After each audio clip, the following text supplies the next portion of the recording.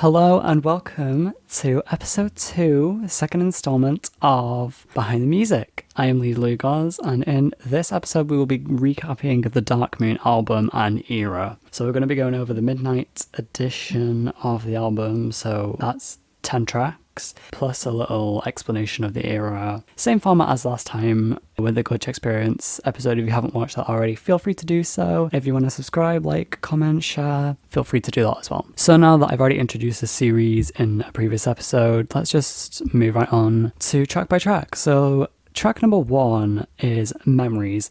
Now, I would say this is also one of my signature songs. I perform it at the encore of, I have performed it at the encore, I'd say almost every single one of my tours, and considering it's a really short song, it's 2.5 minutes, it's still a signature song, so that's really cool. I released it originally, I believe, as a standalone single. I didn't intend for it to be off an album. I just really liked it at the time, and I released it, and it became a part of the Dark Moon album. The song is about a relationship that went south, as I say, can we fix this, or is it just a memory?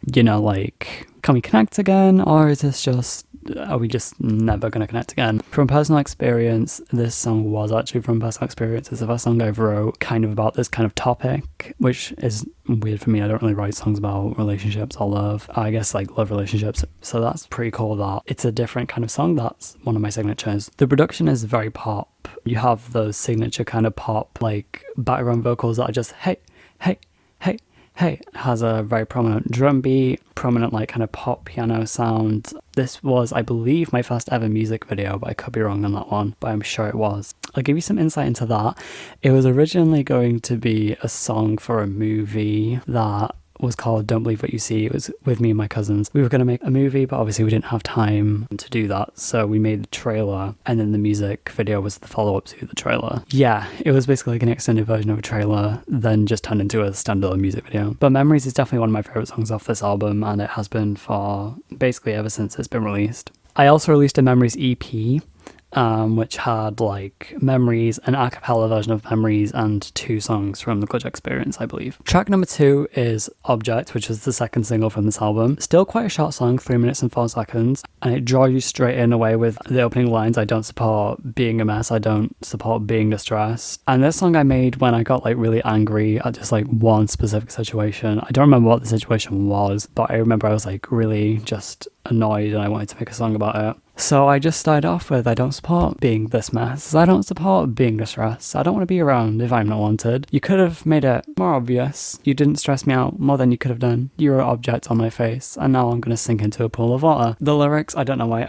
I love them so much. They kind of just flew out naturally, and I was just okay, this is a good song. I love the production. It has this kind of glitch pop kind of vibe to it, with how the drums kind of crash. And really for a lot of the song it's just drums. There's not many synths or bass. There's a synth that goes in the chorus, which is pretty prominent. Other than that, a lot of it really was just sounds made by the drums and the echo from the drums, which I thought was pretty cool. So Object had a music video, but that was never released. I guess I just didn't really like it that much at the time. Maybe I'll put it on public. Who knows? Maybe. Who knows?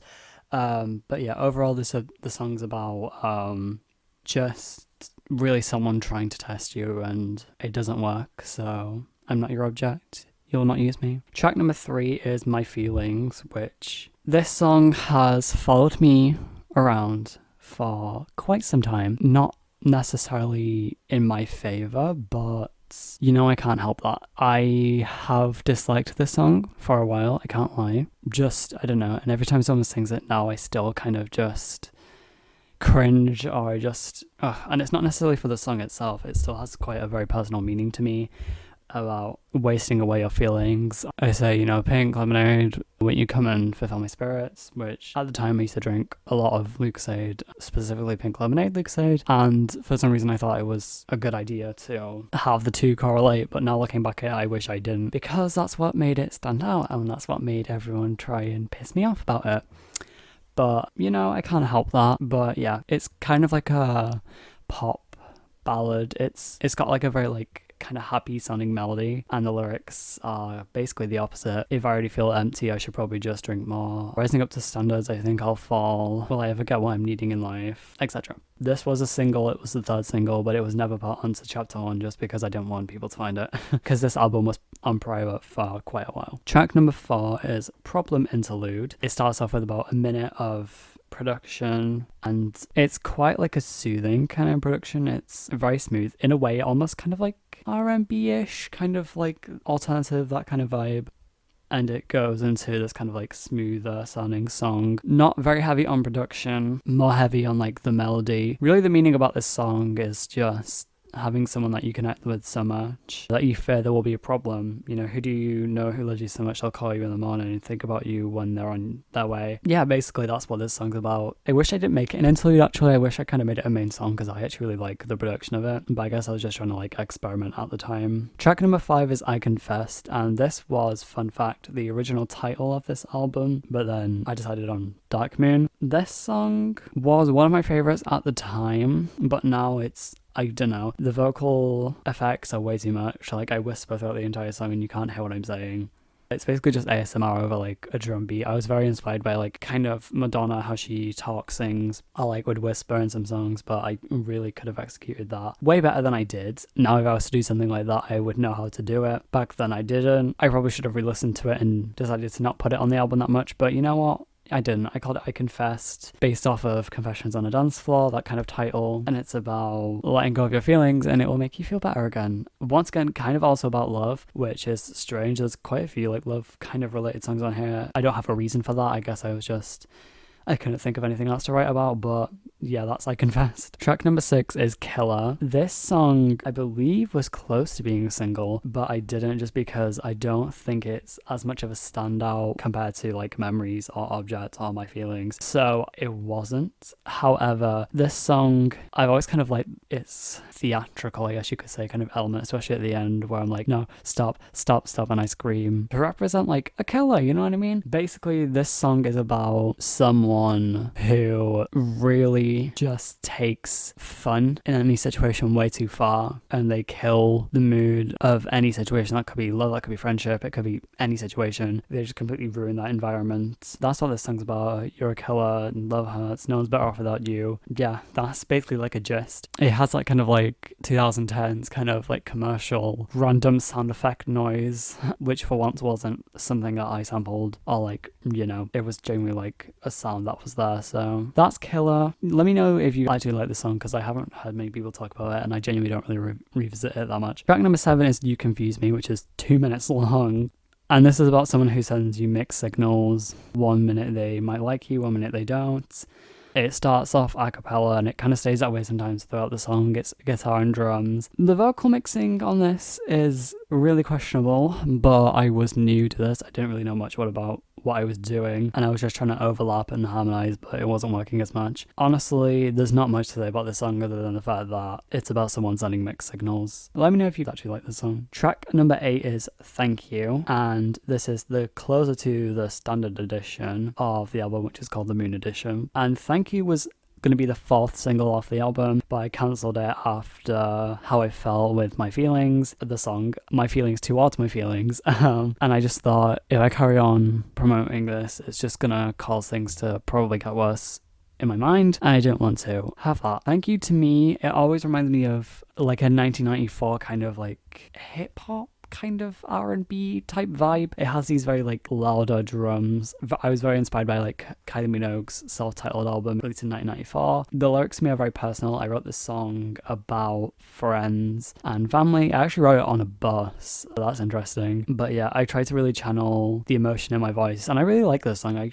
should listen to it and go back to it a bit more, I think. I believe this was performed on the Dark Moon tour. I could be wrong, I'm not too sure. Somewhere there would be a set list. Actually, let me look in my notes for that. Actually, it wasn't performed at the Dark Moon tour, which I thought it was for some reason. I guess I decided at that point that I didn't want it as a single, and therefore I didn't put it on the set list. So yeah, I guess maybe I should actually perform it. So I guess it's never been performed before, and it wasn't a single, but it was close to being, so could have been the 4th single. Do you think that would have been a good single, everyone? I'm not too sure. Track number 9, the first of the 2 tracks from the Midnight Edition that are new. Track number 9 is You're Over. I think one of my biggest mistakes was not putting this onto the Moon Edition, the Standard Edition, because I love this song so much. I actually put it as the opener for the Dark Moon tour. That's how much I liked it at the time. I just like the whole vibe. It's about someone who thinks they're better than you, trying to take over you. And I'm like, your throne is weak, don't come for mine. I'll be here when you can get your mind back. And I know people will think they know who that's about, but it's actually not who you think it's about. I don't even think it was about anyone in general. It's just a genuine situation. But I love the production of this. It's very pop.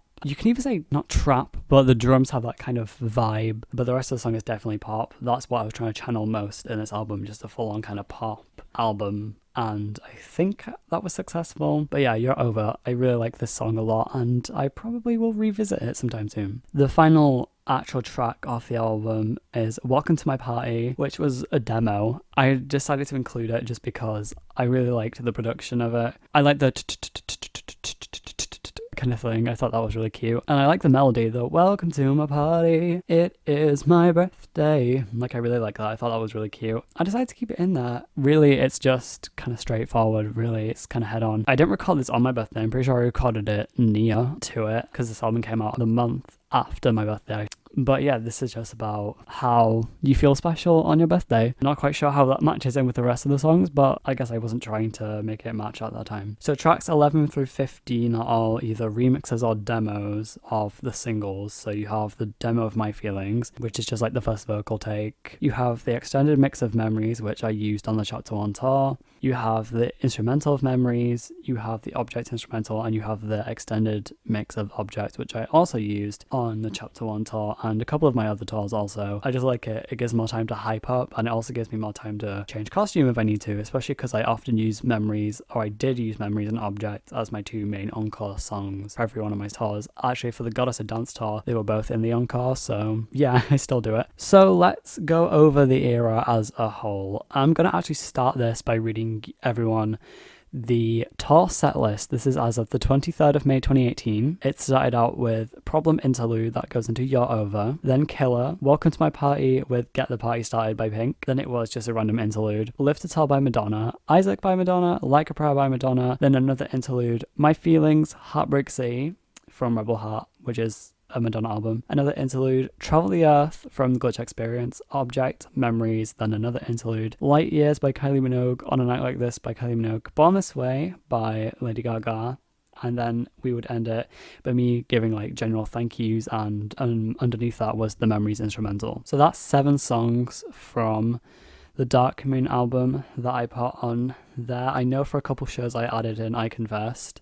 So the main 2 that weren't performed were You Confuse Me and Thank You. And I'm annoyed that I didn't perform Thank You because that would have been a great performance, I think. But I guess it just, I don't know. I am possibly going to have to go back to that. And I'm going to go back to that and probably add it in like another tour, I don't know. I'm also going to read you all the Dark Moon release schedule. So I decided to announce the album on the 30th of March 2018. Apparently, the 4th of April was the album release date, the announcement of that. The 6th of April was going to be the My Feelings single release with a music video the following day on the 7th. The 14th of April was all album versions, so the Moon Edition, which is the standard, Midnight Edition, which is the deluxe, and the Morning Edition, which is going to be a remix album. I was also going to release an album film with 8 songs, and an album release party live stream, which would have been a tour probably, or like a show. 25th of April I would have revealed the Dark Moon tour dates, then they start on the 27th of April. On the 8th of June I would have released Thank You, and I would have had the final Dark Moon tour show on the 9th of June, which would have been live streamed on YouTube.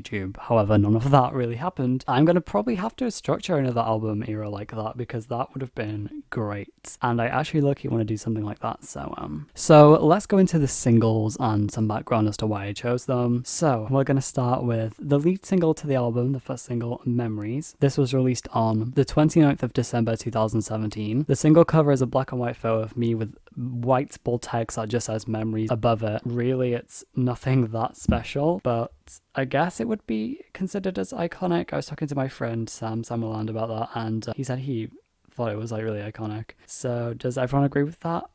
Then As I was talking about, the Don't Believe What You See trailer was released on the 2nd of January 2018, and the Memories official music video was released on the 4th of January 2018, which featured it was basically an extended trailer, as I said, to the film we were going to make. The second single, Object, was released a few months after, actually, on the 23rd of March 2018, so I actually left quite a space in that, which is kind of surprising, I guess. I don't think I was intending to do that. And the music video was going to come out on the 7th of April 2018, but I decided to put it on unlisted, but that will be on public soon, so don't worry. The Object single cover is another black and white photo of me, and I have like black gloves on with red handwritten text that just says Object, and my signature is in the top left corner. The third single, My Feelings, as I said in the release schedule, was going to have a release date, and I actually printed out like a plastic wallet kind of single cover for it, and there was a tour. It changed quite a lot. A lot of the time I just performed covers, but the main setlist I read out to you was the one that included the main setlist that I was going off. That was all throughout, I'd say, April to June of 2018. So really, that's the end of the Dark Moon era. As I said, of course, the morning edition of the album didn't happen. There is a remix from it on my unreleased collection album, which was a remix of Memories. However, yeah,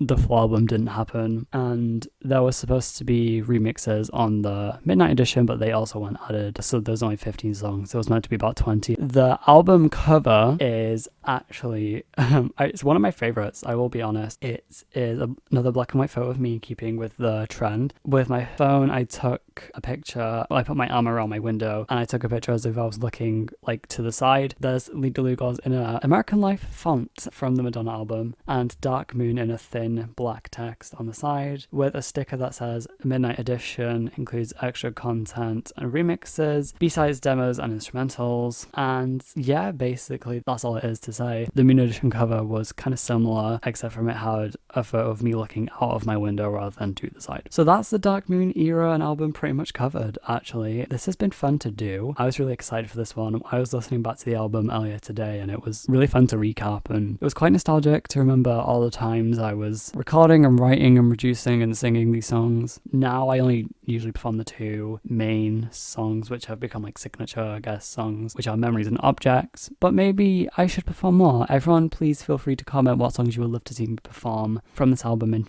the future, maybe, and who knows, we might actually do that. I don't know. But as of now, thank you so much for joining episode 2, installment number 2. And thank you for visiting the Dark Moon. Hopefully we won't tempt you to stop by and you can join our temptation. Yeah, thank you so much. Remember to spread your truth. Yeah, see ya.